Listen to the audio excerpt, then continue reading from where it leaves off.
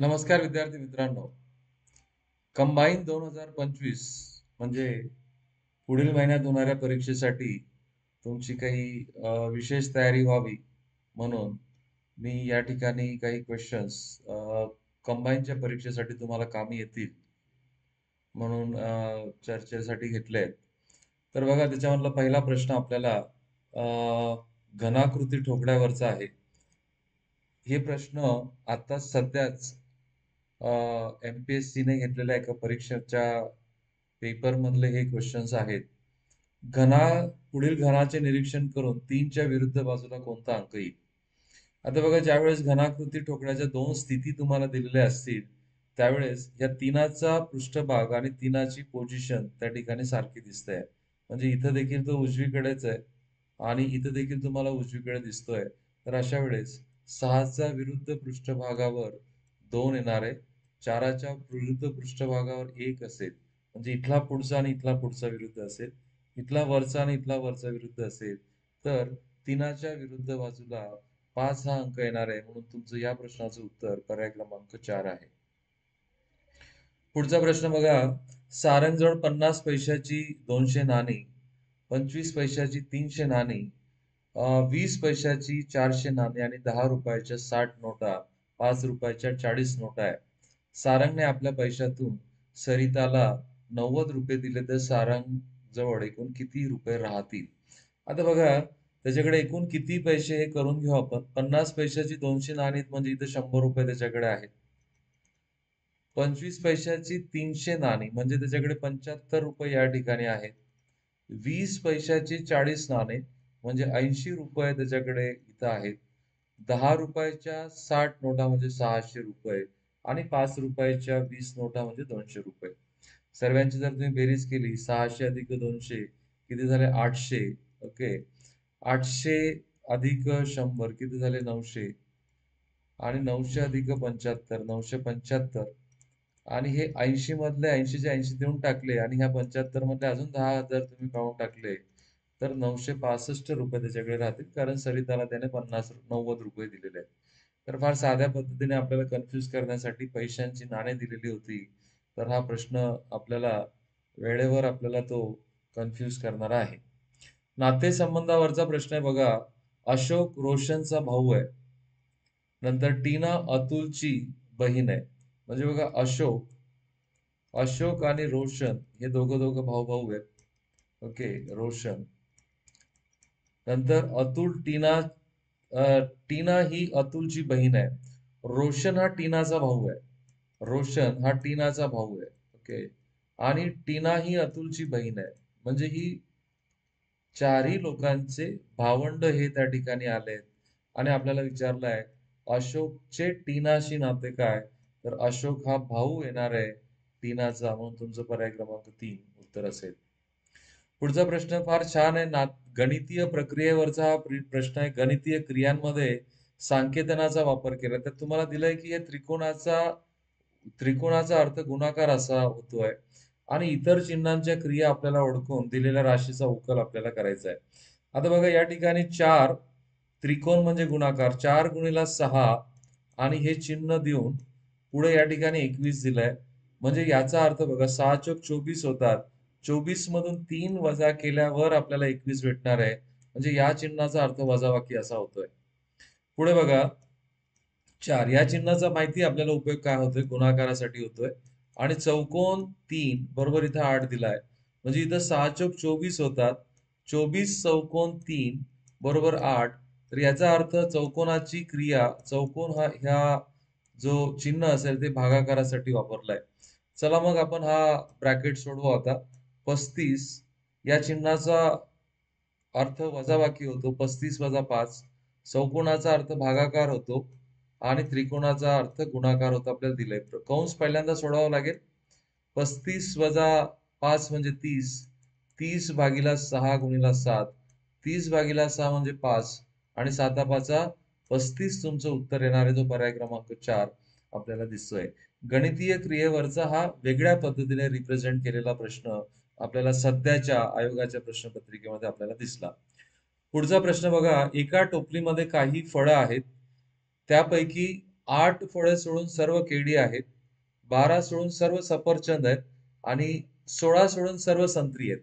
तर टोपलीतील सफरचंदांची संख्या किती? आता समजा आपण एकूण फळं जर आपण त्या ठिकाणी एकूण फळांची संख्या आपण जर x मानली, तर बघा केळींची संख्या किती होईल? x वजा 8. एकूण फळांमधून 8 सोडून सर्व केळी आहेत. नंतर सफरचंदांची संख्या x वजा 12 होईल आणि संत्रींची संख्या x वजा 16 होईल आणि या सर्वांची बेरीज केली तर एकूण फळांची संख्या मिळणार आहे. चला बेरीज करा. x अधिक x अधिक x तुमचे 3x झाले. हे सर्वांची जर तुम्ही बेरीज केली तर ती 36 येते. वजा 36 बरोबर x. हे समीकरण जर सोडवलं तर 2x बरोबर 36 भेटतील. म्हणजे एकूण फळं तुमचे 18 आले.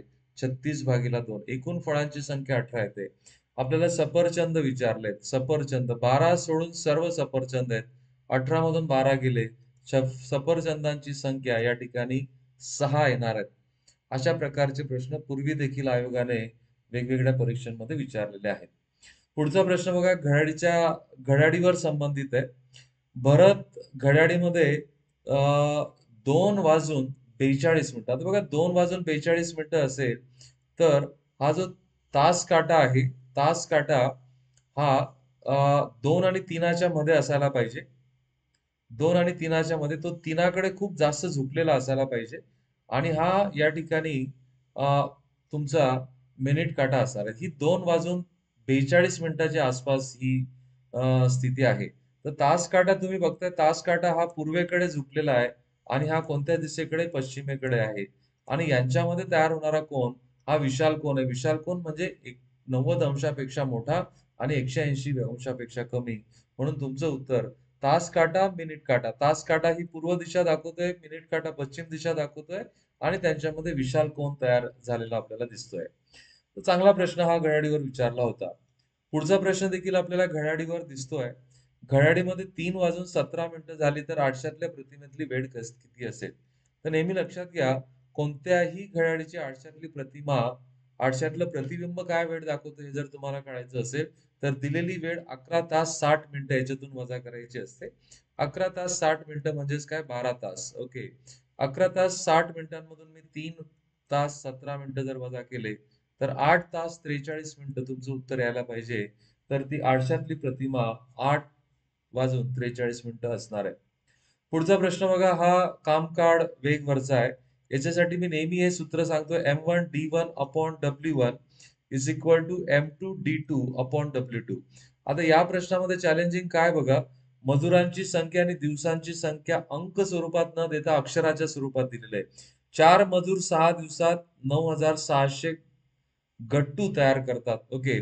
4 मजूर आहेत, त्यांना 6 दिवस लागत आहेत. M1 तुमचं 4 आहे, D1 6 आहे, 9,600 या ठिकाणी त्यांचं काम दिलेलं आहे. तर 18 मजूर 4 दिवसात 18 मजूर 4 दिवसात किती तयार करतील ते आपल्याला विचारलंय. संक्षिप्त रूप देताना इकडचा 4 कॅन्सल होऊन जाईल अंशामध्ये.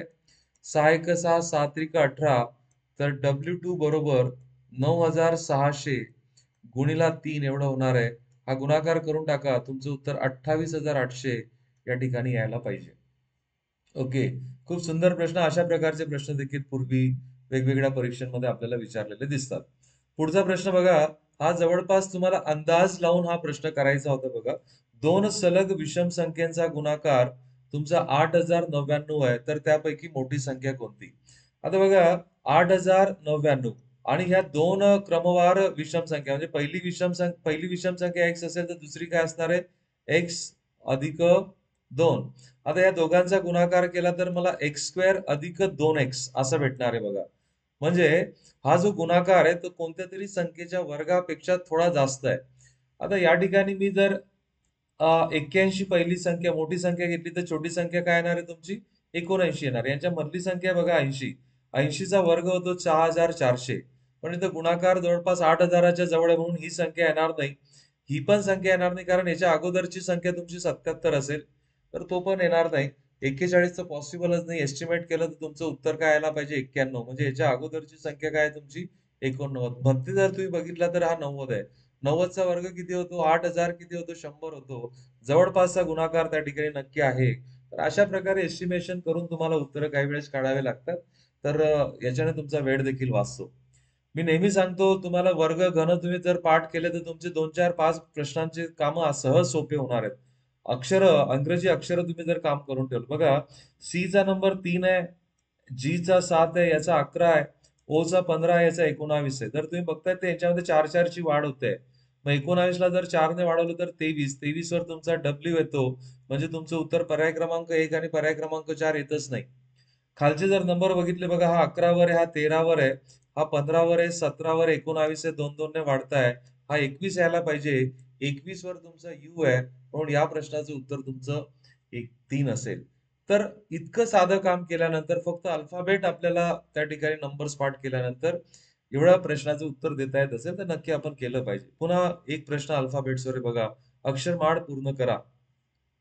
आता या ठिकाणी खूप सारे कॅरेक्टर्स दिले तर आपण एका आड एक बघू बघा. एका आड एक म्हणजे ई नंतर सी नंतर मी ई बघतो, ई नंतर जी, जी नंतर आय, आय नंतर के, के नंतर एम.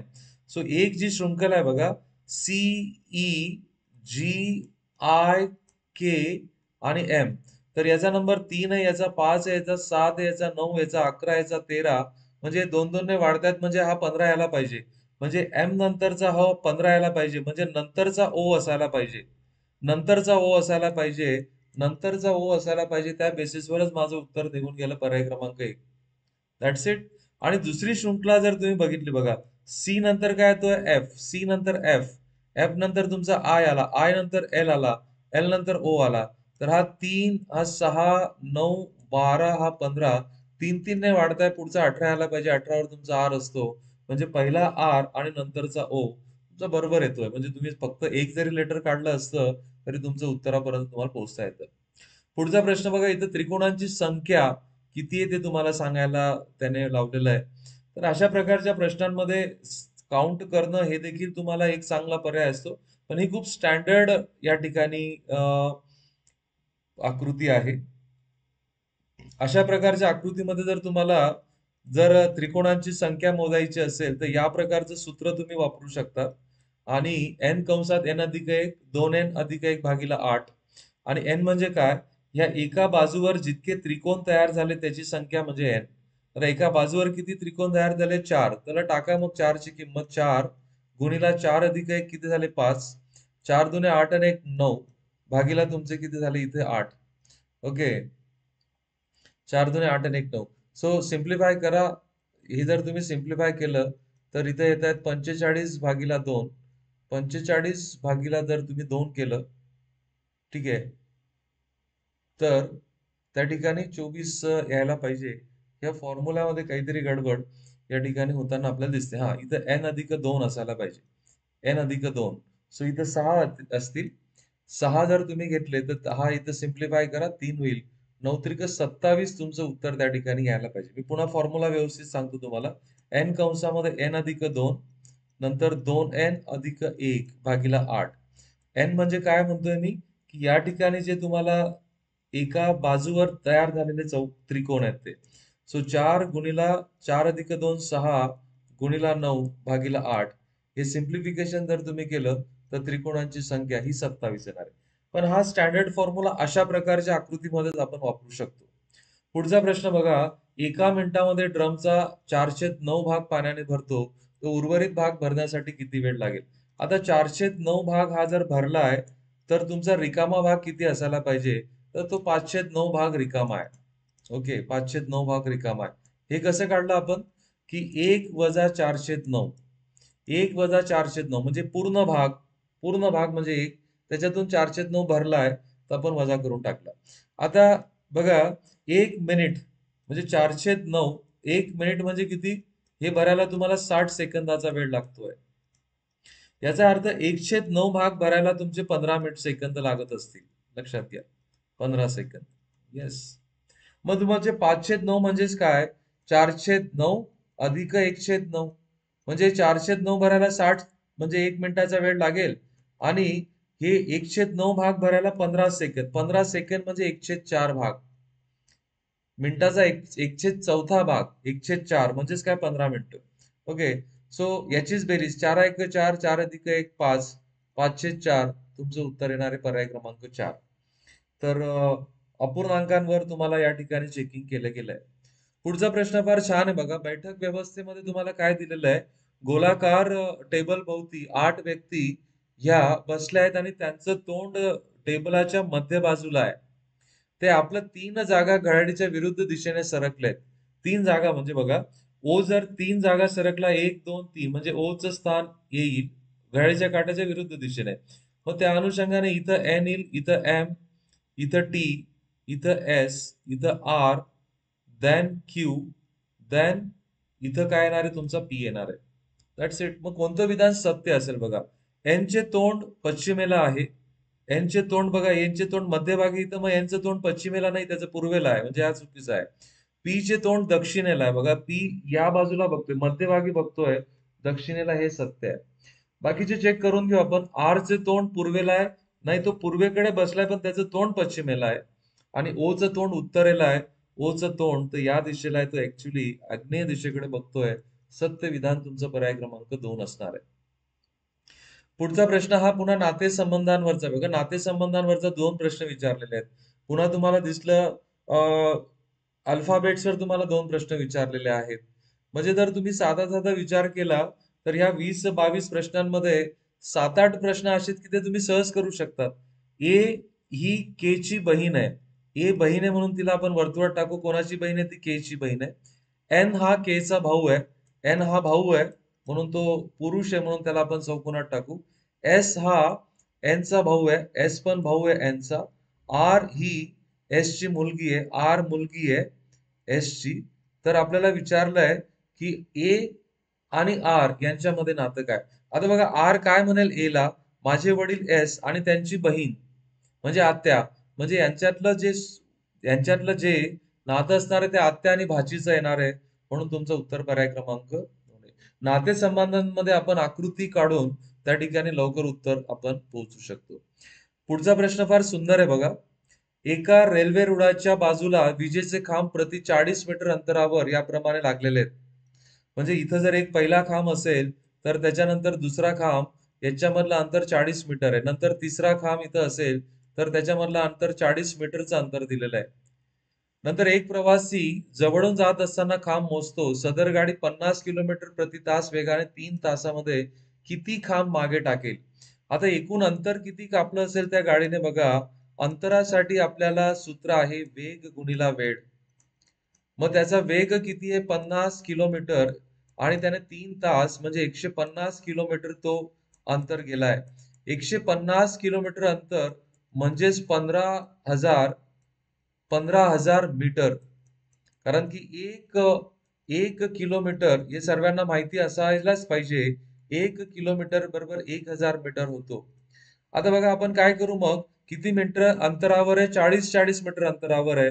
म्हणून खांबांची संख्या तुम्हाला जर काढायची असेल, किती खांब मोजले असतील, तर ह्या 15,000ला आता 40 ने भागावं लागेल.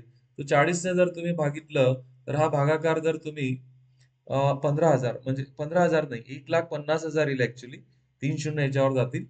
तर जर तुम्ही भागाकार केला तर 3,750 खांब त्या ठिकाणी असतील. म्हणजे तो 3,751व्या खांबावर तो उभा आहे आणि त्याच्या अगोदर त्याने 3,750 खांब मागे टाकलेत. त्याने मागे टाकलेत असं म्हटलं होतं. ऍक्च्युली तुम्हाला कन्फ्युज करण्यासाठी 3,751 देखील तुम्हाला द्यायला पाहिजे होतं त्याने, पण दिलं नाहीये. पण 3,750 हे त्याचं उत्तर आहे. एकूण खांब किती असं जर विचारलं असतं तर तुमचं उत्तर 3,751 आलं असतं. पण आपल्याला त्याने काय म्हटलं? किती खांब मागे जातील. म्हणजे तो आता 3,751व्या खांबावर उभा आहे. म्हणजे त्याने मागे 3,750 खांब टाकलेत. तर अशा प्रकारे विद्यार्थी मित्रांनो, कंबाईनच्या परीक्षेला तुम्हाला उपयोग व्हावा म्हणून काही लेक्चर्स मी तुम्हाला सलग पुढच्या 4-5 दिवस देणार आहेत. तुम्हाला व्हिडिओ आवडला असेल तर लाईक करा. आणि चॅनलला नवीन असाल तर चॅनल सबस्क्राईब करा. धन्यवाद. Thank you very much and all the best.